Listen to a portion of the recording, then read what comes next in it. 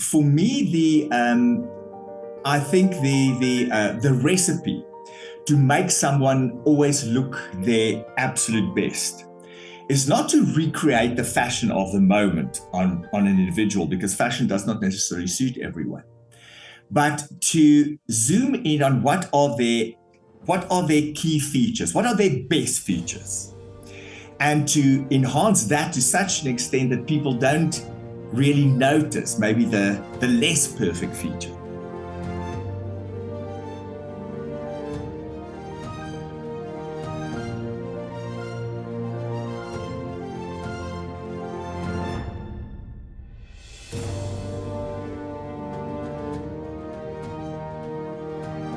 Hi.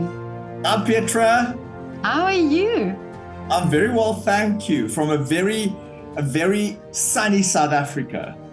Amazing. Well, it's sunny in Vienna today as well, so we're both in good spirits.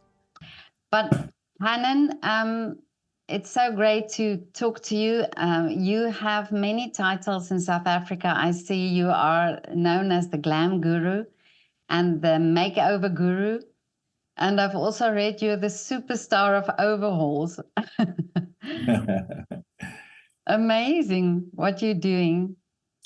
Well, it's quite humbling to hear all the attributes that they give me. All I can say is I just simply, I'm born for it, completely born for it.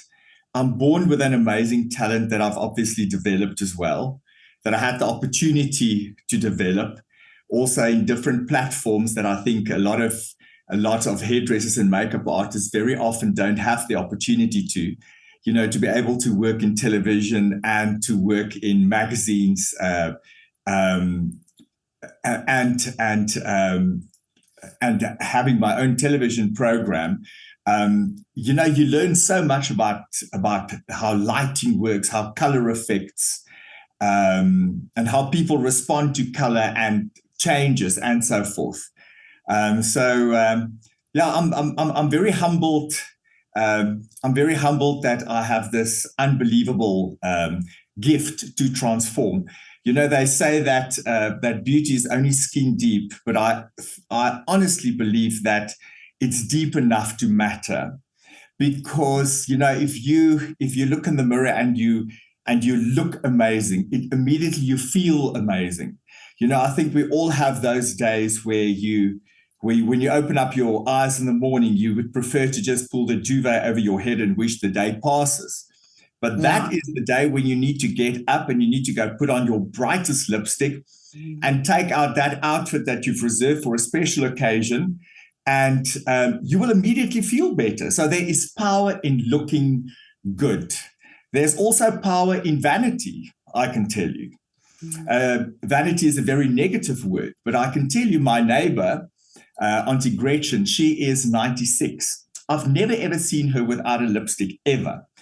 And I asked her the other day, why do you make so much effort with your makeup and with your looking so great every day? And she said, while you have the yearning to look beautiful, you have the yearning to live. And that actually, that sums it up completely for me.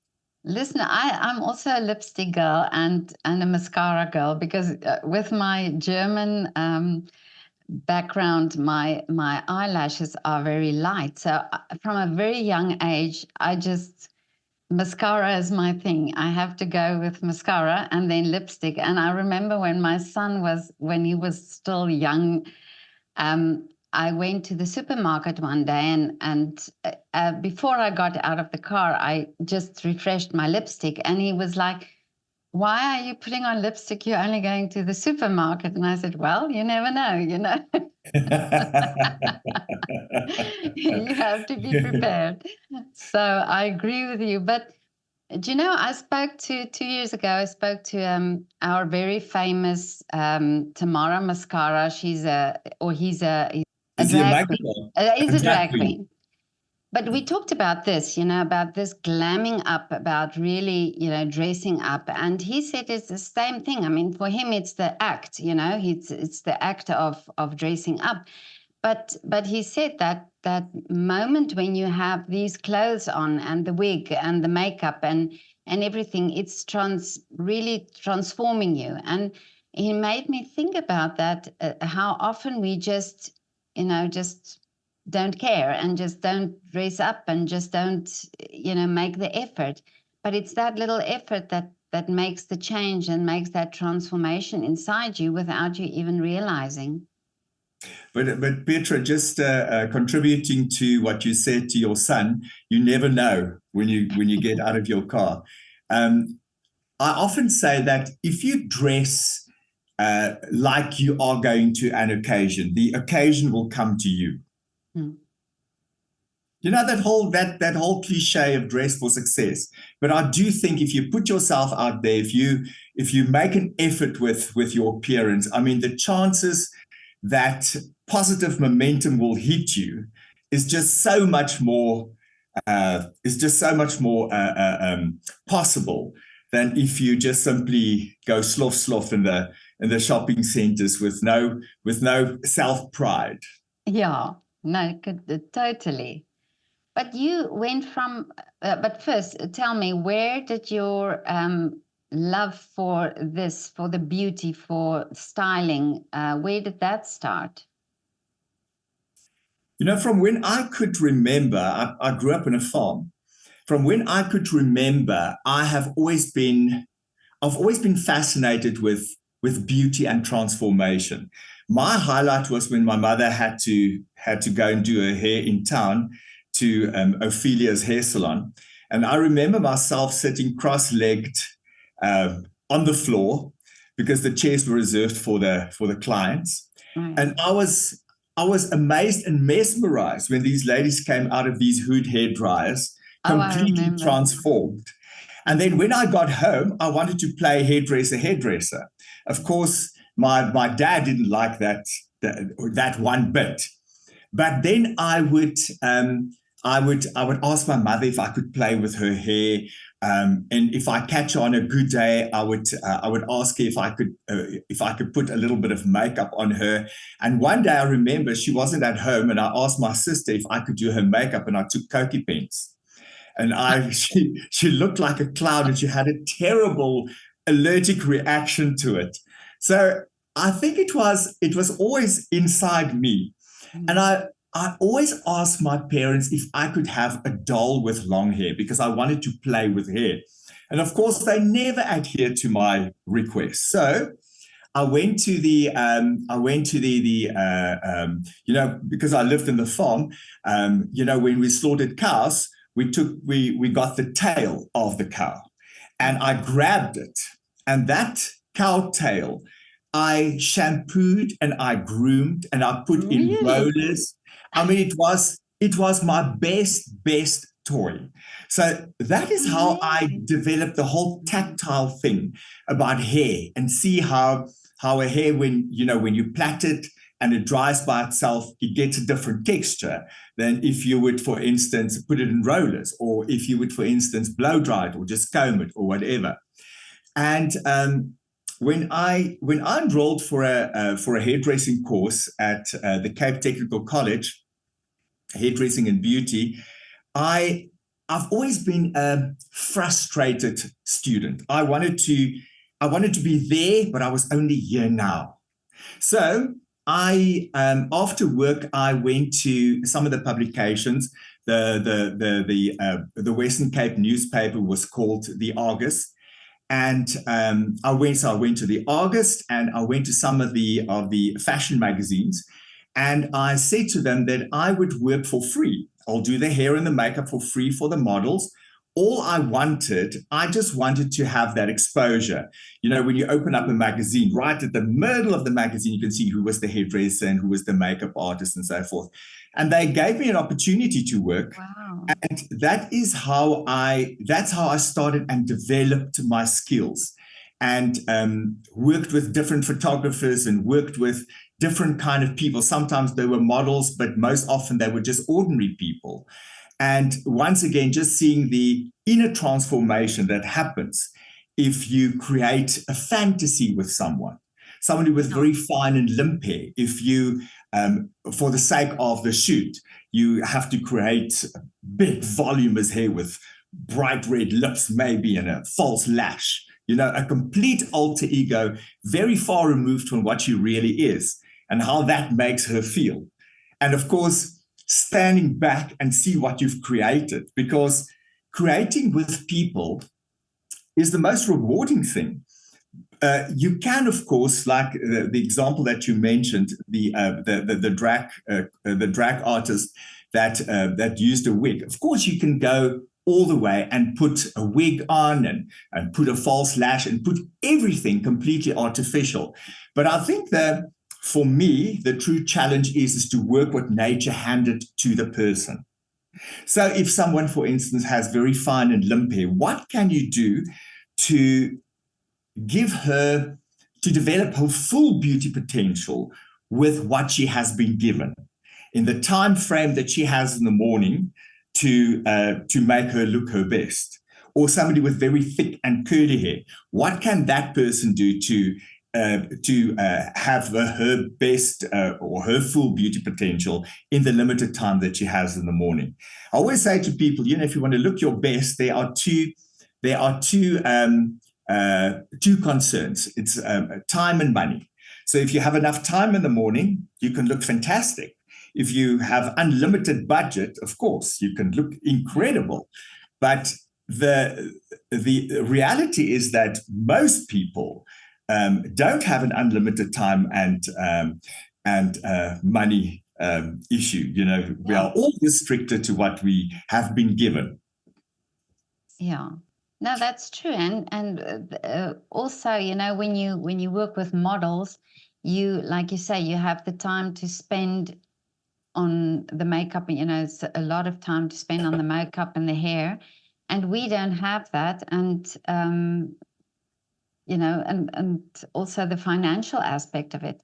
And I think what you're doing is showing people, not just telling them it's possible, but you're showing them it is possible. I've got fine hair, but you're saying, let me show you what you can do with your fine hair, rather than just thinking, well, I've got fine hair, I can't do it. Yeah, exactly. Yes. I think the difference also working with models. Look, you can be so creative with a model because everything is there. The bones are there, the skin is there, everything is there. You can do very little or you can do a lot to transform. But if you work with everyday people, your challenges are quite a bit different. You don't have that much to work. But for me, I think the recipe to make someone always look their absolute best is not to recreate the fashion of the moment on an individual, because fashion does not necessarily suit everyone, but to zoom in on what are their key features, what are their best features, and to enhance that to such an extent that people don't really notice maybe the less perfect features. Oh yeah. So you might have someone with great eye accent. I mean, she's got good bones. I mean, you can do incredible eyebrows. You can do amazing things to bring their eyes out and play something very light on the lips, so you hardly notice that, and that can transform completely. But fortunately, I don't just work with makeup. I work with hair color and hair texture and hairstyles. And I have a great clothing stylist that I work with. So when we dress someone, that you can combine all the aspects of that person. And sometimes her best look is so very far removed from what she's been born with. Like, for instance, I have seen so many times ladies that are very fair in color. The moment you go darker on the hair, you go darker on the eyebrows, it is a complete different picture that you see. All of a sudden, they look a little bit more. They look stronger. They sometimes look a little bit more interesting. They could even look a little bit more intimidating if that is what you want. And I'm not saying that you should take every blonde person and make them dark, but sometimes for an occasion or sometimes for a specific reason, I think it's great to give someone the whole scope as to what they can be. Now, for instance, with my television show, we always make use of people who has an interesting story, and sometimes to give gravitas to the end result of that story, you need to sometimes do very big transformations. So, for instance, if I can just think of you have someone who is an artist, who is quite introvert, but she needs to do her own PRO. She needs to stand in front of her paintings. She needs to play the room and sell her artwork to her clients. So she needs, for instance, a look which is arty, maybe a little bit different, stronger in color, maybe a little bit daring. So for someone like that, who probably just had hair that just hung, to cut her hair into maybe like a micro bob, something very short with a very, very short fringe, make it dark to create contrast against a pale skin, with maybe just thin eyebrows like a Chanel and a red lip. I mean, that could be a very interesting look to create for someone which is very far removed to what she had. And that could make her look very marketable.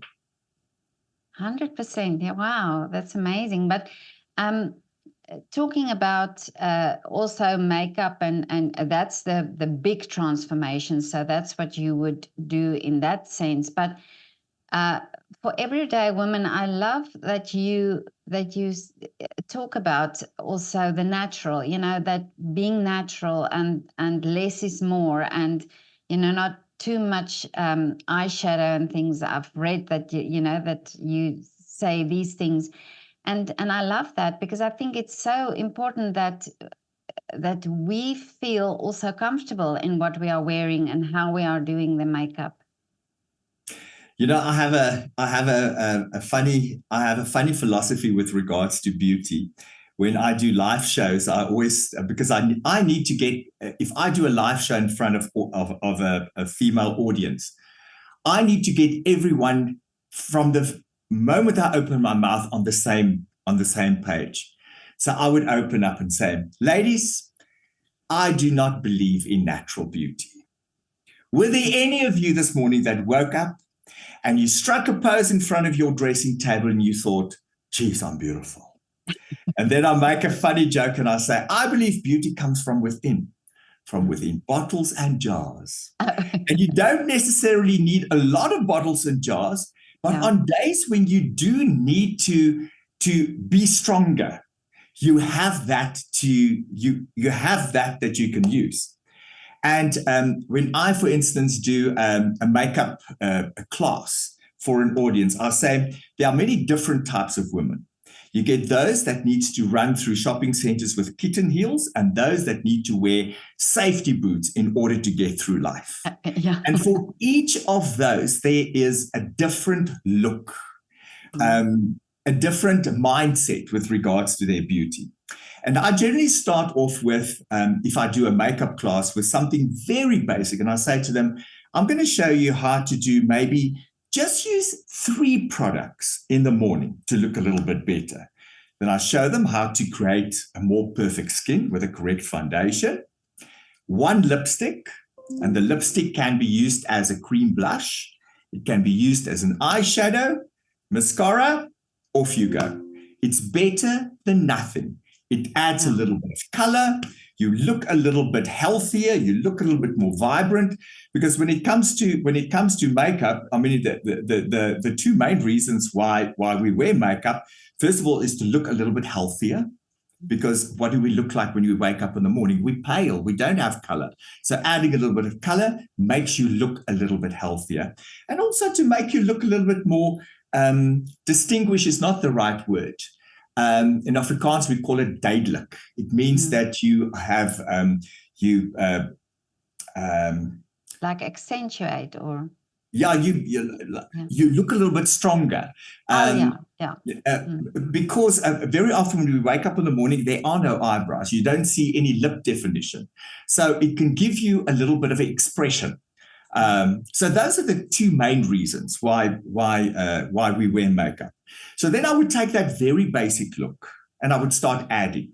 And I would say, okay, for most of you in this audience, this is more than enough. Stay with this because this is something that you will be able to maintain on a daily basis. I'm going to show you how to enhance your eyes a little bit more. And then I'll add just a little bit of an eyeshadow and say, this is the easy way to do that. Okay, so tonight you go out.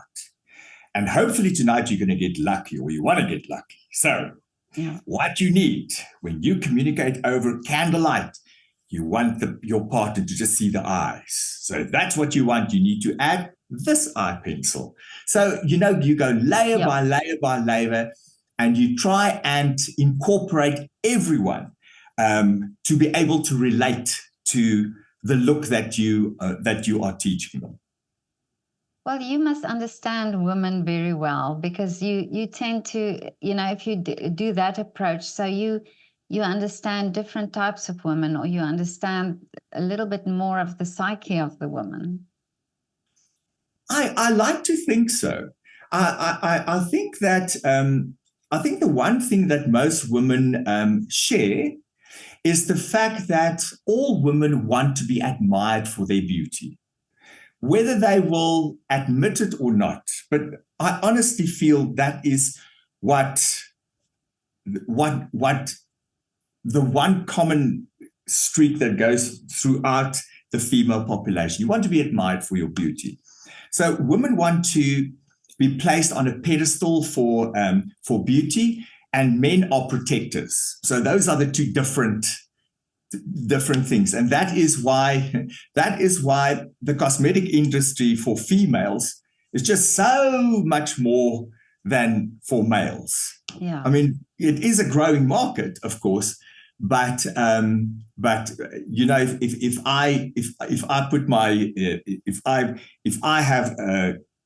if I want to develop a product, I would much rather take my money and develop for a female market because I know that my return on investment would be much quicker and easier than trying to educate a whole male market.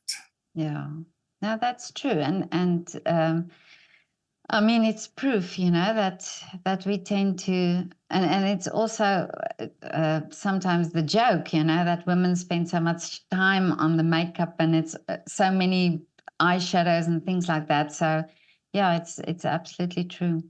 But you also have a makeup and a skincare range that you developed.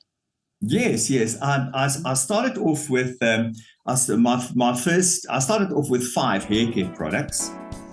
At the time when we developed the hair care products, I was doing consulting work for other cosmetic brands, and I was doing functions for their makeup ranges. So I couldn't intrude in my own skincare whilst I was working with that. So I had to start somewhere where there was no conflict of interest.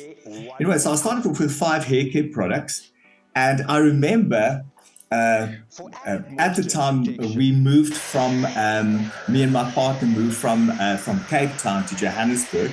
We wanted to be in the middle of the country to be able to distribute easier, and the laboratory was here, the factory was here, and everything. And I remember on a weekday, any day, I used to take my car with 5 hair care products in a little plastic bag, and I parked it on the side of the road, and I walked from one salon to the next, trying to showcase what these products could do. These were very clever products because you could almost create any looks with these few products that I had.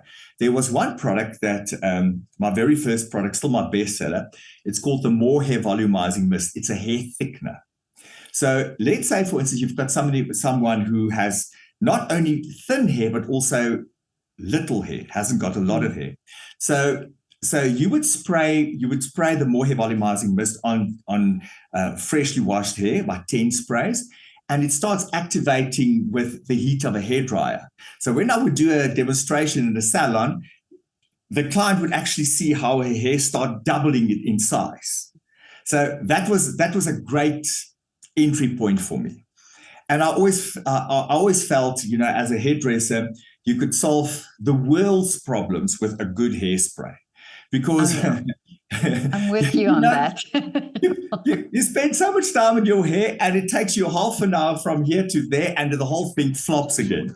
Yeah. So if you have a great hairspray, then of course you can maintain that look. So it's not only creating the look, it's also maintaining the look. To volumize thin hair, spray on the more hair volumizing mist onto the dry day-old hairs. See how the hair double in thickness the moment you start blow drying with a Bowdry hairdryer.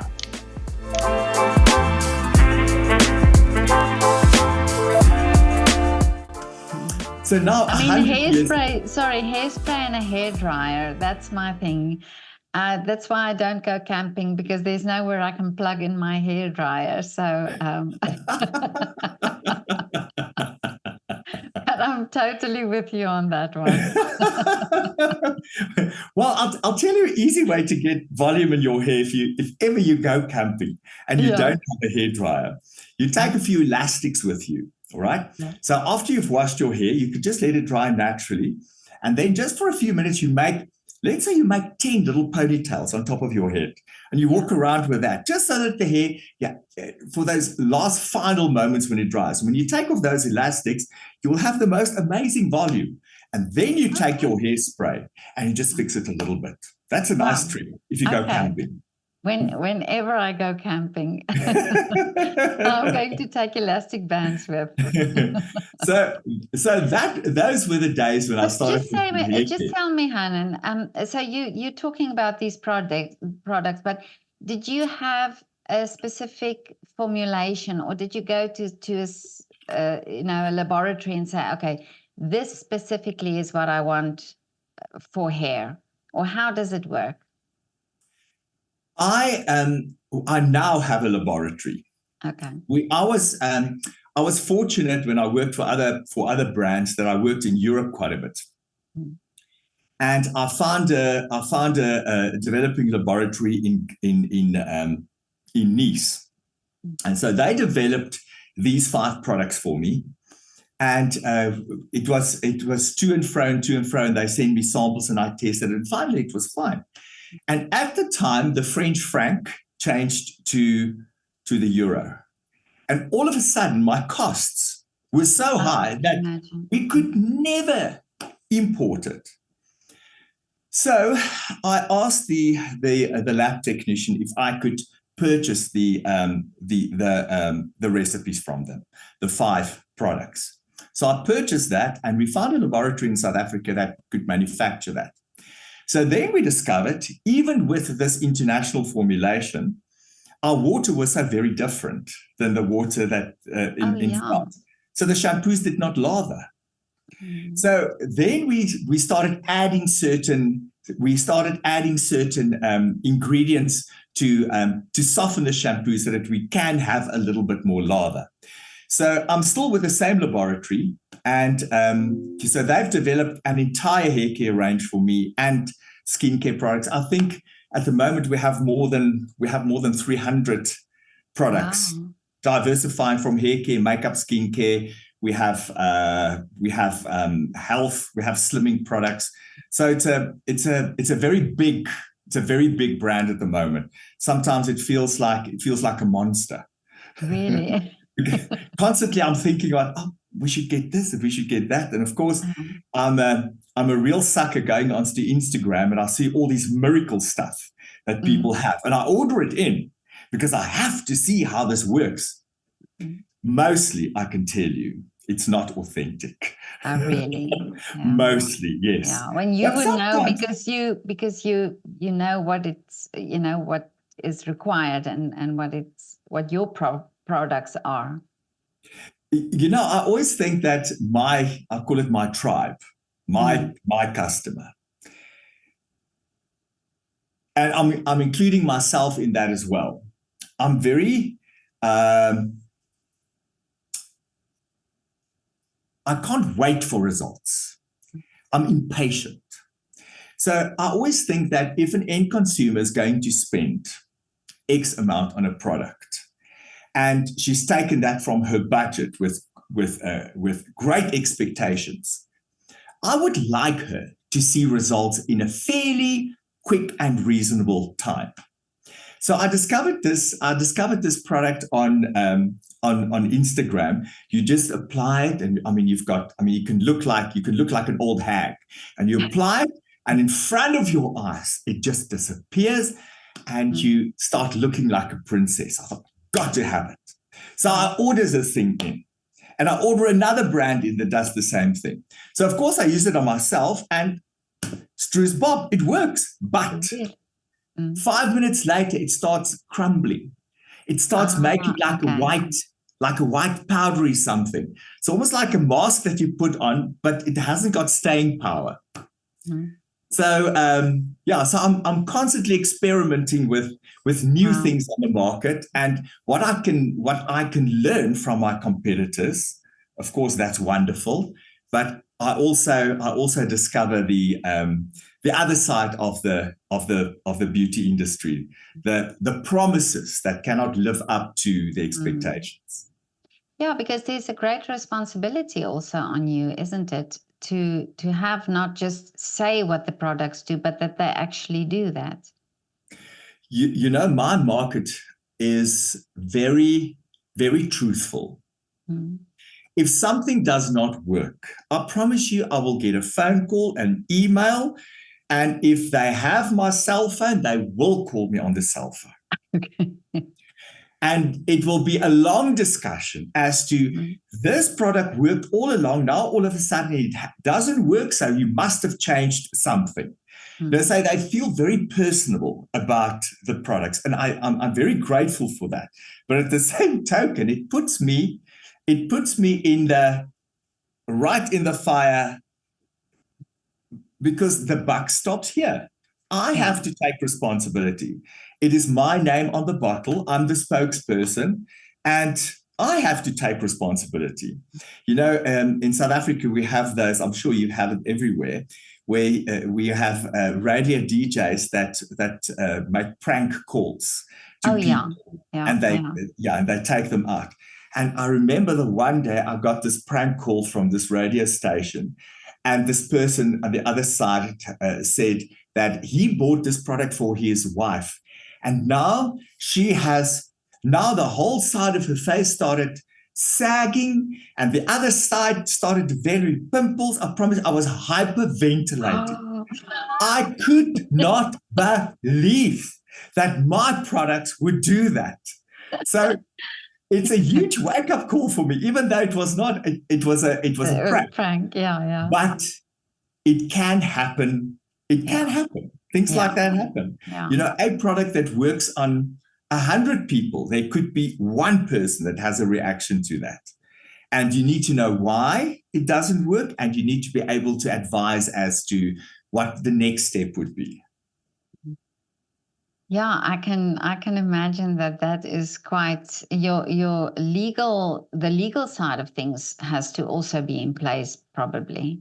Yes, very much so. To cover you. Yeah. Yeah. And every year there are new active ingredients that are not considered safe for human consumption any longer. Then you need to go through all your formulations. And if you've got just a hint of that ingredient in there, you need to remove it and you need to replace it with something else. So my original French formulations of my 5 products are nowhere close to what it used to be. Really? Yeah, and it does change quick. I mean, it's even in the food industry, there's sometimes things that you can't have in the food, or preservatives or things they don't allow. So I can imagine you have to be on top of your game. Yes.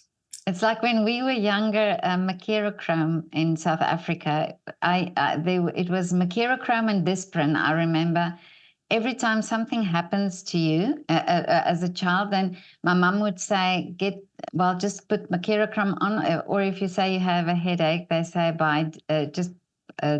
take a Disprin. And it was only when I lived in England that I heard that it's not available there because of health reasons. And Disprin you can't buy unless you are over, I think, 16 or 18 or something like that. So we did it differently years ago, in the 80s, in the 70s, and the 80s. It's true. If I can, I don't want to deviate from our topic, which is makeovers and beauty, but just to catch onto your story of mercurochrome, it was about 10 years ago, and I amputated my finger. Oh. It was this finger, and I cut it off completely with a paper guillotine. Oh, so they rushed me off to the hospital. I remember the shock. I was sitting there and holding this finger, and that is when vanity kicked in. And I was sitting there and I was saying to everyone, but everyone told me I've got such beautiful hands. So anyway, so they take me off to the hospital and they put the finger back on. It was the most painful thing I've ever experienced. Anyway, so this finger didn't heal. And eventually, after about 2 months, the whole half of the hand turned black. So the plastic surgeon said it looks like he might have to amputate the whole finger now. So I started doctoring with mercurochrome every day, a few times. Dong, dong, dong, dong. Really? Look at that. I believe in mercurochrome. I think it's amazing, and now you've just proven it. I'm going to tell my children this story because because they say I think I can solve every problem with mercurochrome, and I do. But there's proof for it. Oh, this is a funny story. No, but that's great. Yeah, amazing. But yeah, no, we were talking about the all the products that you have. But I can see and I can hear in what you're telling in your story that this way of you just how you did on the farm as well, you just when there's one obstacle, you just create another opportunity for yourself. How you did with the cow's tail, where you needed the hair and created, and it seems that that's the theme running through your life, where you just see opportunities and you just create. There's that wonderful movie with Jim Carrey, The Yes Man. Oh yeah. And that he always used to just say no. He doesn't go to parties, and one day he decides he's going to start saying yes to everything. All my life I've been a little bit of a yes man. So if somebody says, will you do this? Yes, I will do it. And I think that is how a lot of opportunities found its way to me. And I think I used to be a very odd child because I was different than the rest of the boys of my age. And I was asked the other day in a television interview, were you strange? Did everybody think you're strange? So I said to them, I never thought of myself as strange. I thought I was actually quite normal. It was them that was so strange. Oh. Yes. And then you get to your teenage years, and then you realize you are actually strange. Mm.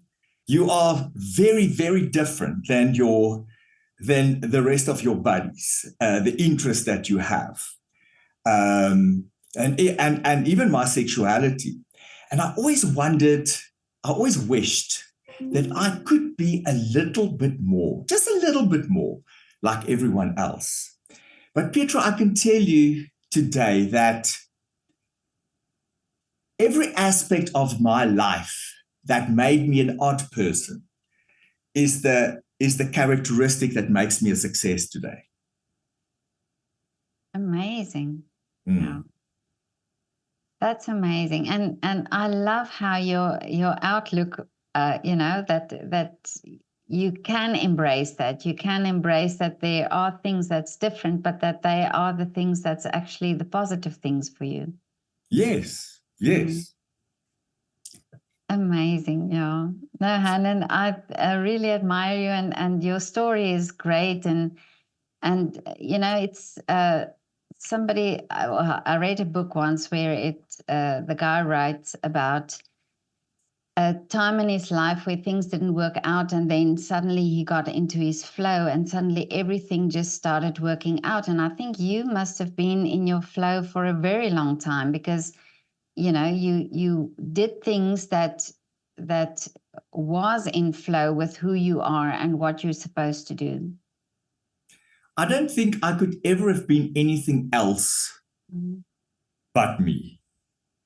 Maybe everyone can say that, but in my case, I don't think I could be anything else but being a creative. I've always wanted to make beautiful, whether it's a person, whether it's my home, anything. And I always hated having my hands dirty. My hands dirty. So when I was a child, we never got hidings. Nowadays, of course, it's completely illegal. But all the children of my age, if they were naughty, they got a smack from their parents. We never got that. But my dad always gave me these terrible, terrible chores to do if I did something wrong. So we had an out room just outside the house. My grandmother lived with us. So she had, it looked like a century worth of clothes that was in this drawer with wigs. My grandmother was an amazing woman. I mean, she had a prosthesis for an eye. She wore wigs. I mean, she brewed her own beer. I mean, she was a character. Anyway, so in this drawer, there was a pair of purple velvet gloves.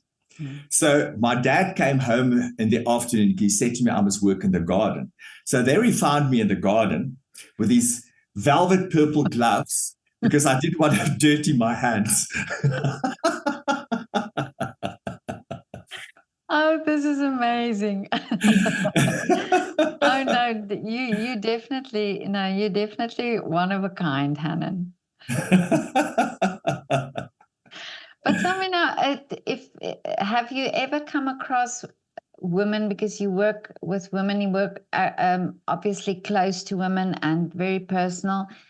Have you come across women who were not ready for transformations or ready for I'll give you one example. I will give you one example. I was always quite, I don't know if the word blatant is the right word, but I used to give my opinion to people if they did not ask for it. Now I've learned my lesson. Okay, so I have, I know on one of my flights to somewhere, the air hostess, her eyebrows wasn't plucked properly. And those days you could still take a tweezer. So I asked her if she could please just take a seat because I can't bear looking at her any longer. So I plucked the eyebrows in midair. So that was one of the examples. But then one day I had my very first studio that I had in Cape Town. I stepped outside the studio waiting for my lift to come. And there was a lady with a birthmark on the side of her face, big purple port wine stain like this. And at the time, I was testing out a new foundation, which gives you full cover. So I abruptly went up to her and I said to her, don't you just step into my studio for a second? I just want to try something on your face. So she was a little bit hesitant, not great self-esteem, no, not a lot of confidence. which I attributed to the port wine stain. So I've covered it so you couldn't see anything. And she looked at herself in the mirror. She hated it. What? She hated it. She loved the fact that she looked different. Mm-hmm. So to answer your question, yes, you get Mm-hmm. people that are not ready for transformation, and not everybody wants transformation. Mm-hmm. There are a lot of people that are 100% happy in their own skin. They don't mind being insipid looking, because to them it's not that important. Also, a lot of women create an image of themselves based on what others look in their surroundings and in their environment. Oh, yes. Mm. So often when I go to church, I see this group of ladies. I mean, they're younger than me, but they look 20 years older, because they've decided if you get to a certain age, your hair needs to be short, it needs to be curly, it needs to be stiff. You need to wear this kind of outfit, the typical old lady outfit. And if I can just show someone like that there's so much sensuality and sexuality that they still have, please just grow your hair a little bit and come to me 2 months later. I can change your life for you. Yeah, I wonder if it's also that sort of comfort, that you go into that stage where you think, you can't be bothered. I remember also when I was younger, and when I had my children, for example, in the hospital. The nurse came in the mornings, and because I had a cesarean section with my children, and then she would come in the morning, say, "Can I bring your baby?" And I would always say, "Just hand my makeup bag for me first, because I want to do my makeup." And somebody else said to me that, but it's just your baby, but that wasn't the problem, or that wasn't the thing for me. The thing was that I wanted to feel good, and I wonder if sometimes you think when you become a mother, or when you become a certain age, you don't deserve feeling good, or you don't deserve that, or it's just a default where you go, this is just my life now, I love what you are saying. I love the fact that can I bring your baby? Please bring me the makeup back. Because what you actually realize, what you said is, I need to be okay first before I can take care of whatever's happening around me. I love that.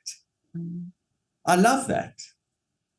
And I truly do not know why.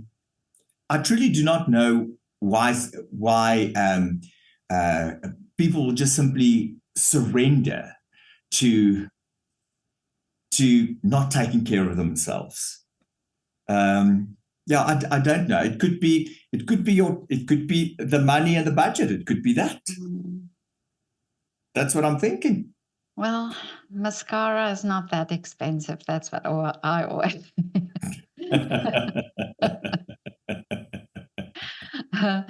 Anyway, you can cut on something to eat and have a little mascara on your eyes. That's Yes, I firmly believe what you're saying. Absolutely, absolutely, yeah. But Hannon, your story is amazing. I'm so grateful to be able to talk to you, and I can talk to you for hours. But I just want to know now the future for you. What are the wishes still? You've achieved so much already, and you're busy with so many things. But what are still the wishes for you? My wishes would be to, first of all, my legacy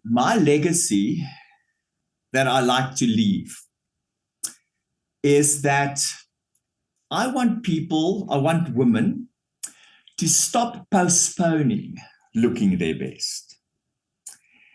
I meet so many that would say to me, I only wear a lipstick if I go to town or if I go to church on Sunday. And then my favorite excuse is someone would say to me, I will go and have a haircut or buy that dress if I've lost 10 kilograms. Postponing. Now, that might never happen. You might never lose your 10 kilograms. Does that mean that every single day until that happens, and it might not happen, you are going to look the way that you are looking? So if today is not if you can't be the best version of yourself today, then that day is not worth living. Now, that is the kind of message that I would like to spread throughout the world, not only in South Africa, but I would like to take my hair care brand. I'd like to take my makeover show brand, and I would like to have a bigger showcase internationally with regards to that. Something else that happened very recently in my life. It's something personal. I've been together with one person for 30 years, and finally it did not work out. So we are not together any longer. And he was such a part of me and my business. And at some point I felt that it's not that I've wasted time, but that my life came at a complete stop for 2 years. But what I realize now is in that 2 years, all that happened, it wasn't a stop. It was a period that I had to take out to rearrange my life. Because the original dream, the beauty dream, making people beautiful, came from me. And no traveler that jumped on the bus with me for the rest of my life really could influence that. They can add beautiful companionship to you and friendship to you, but your destiny is the destiny that you feel within yourself. That is what will drive you forward. So if you ask me where I would like to be, what is left for me, many, many more products. I'm constantly working on new formulations. I'm working on a cellulite gel at the moment and a new hair mask. Those are all very interesting things because testing them is what keeps me alive. But the original dream is here, and I'd like to spread my legacy further than just the borders of South Africa. And you're going to do it. I know I'm going to. Thank you. You're going to do it. I mean, after speaking to you, there's no doubt in my mind you're going to do it. Yeah, definitely. Now, I understand what you mean, and I understand this, period that you're talking about. And I do think it's important. I was also in a 30-year marriage, and the time after is the time where you find you need that time. You need that time alone, and you need that time to figure out things for the next phase. And I think it's completely right.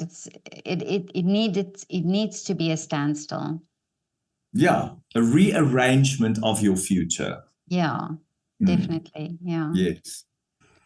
Hannon, you are amazing. I have the utmost respect for you. It's so inspiring, your story. And it's wonderful to talk to the man behind the glam guru or the glam guru. I think you are an amazing person. And what you're doing for women, I think, it is about the makeup and all those things. But I do think you change lives, and that is something, that's after all, that's the meaningful thing that you're doing. Thank you. That's what I try to do, unintentionally, but I think that is what I think that is what is happening with just me being me, just loving what I do. I think it's just something that naturally happens around me. And it's also your story or what you achieved. There are people who are out in the world and young children who feel different, or who notice they're different when they're in school or, when they're teenagers. And it's really such a testament to that you are showing that, to be different is a very positive thing. You shouldn't be thinking, I'm not worth anything, but being different is also has the very positive outcome then in the end. It's true, if you from an employer's point of view, when I interview people, I always look at what is the exceptional factor that this person can bring to the position. Because generally people is so scared of stepping out of their boxes. They all try and be so exactly the same mental state, dressing the same, having the same views on things, that the one thing that they might actually truly feel inside them that makes them so unique is the one that they cover and that nobody else will see. That's true. Yeah, no, that's true. But Hannon, have a wonderful rest of the afternoon. I hope to meet you in person one day. I hope you come to visit in Vienna. Thank you. I love music. I wrote you previously there. I can't remember which was the year I was there for the Mozart Festival, and I loved it. I stayed for I think three days. I stayed there, and I visited the catacombs, which, in my opinion, was renovated too beautifully. Oh, okay. I wanted to see that. I thought it was very interesting, and I visited the Vampire Museum. Funny enough, there's a Vampire Museum, and the whole tour was in German. And I so much wanted to hear what they said, but I couldn't understand anything. The most frivolous fun. Oh, wow. No, but amazing. But no, definitely come and visit again and let me know. We'll get together and have a nice coffee in one of our beautiful coffee houses. Thank you very much. We'll glam up there. I'll dress up. I'll dress up special. You're off to a party, but everybody already knows you with straight conservative hair. Maybe it's time for a sophisticated boho look. The straightening iron protection shield will not only give shine, but it will protect your hair against 260 degrees centigrade. Using my triple barrel waver, I'm starting at the back.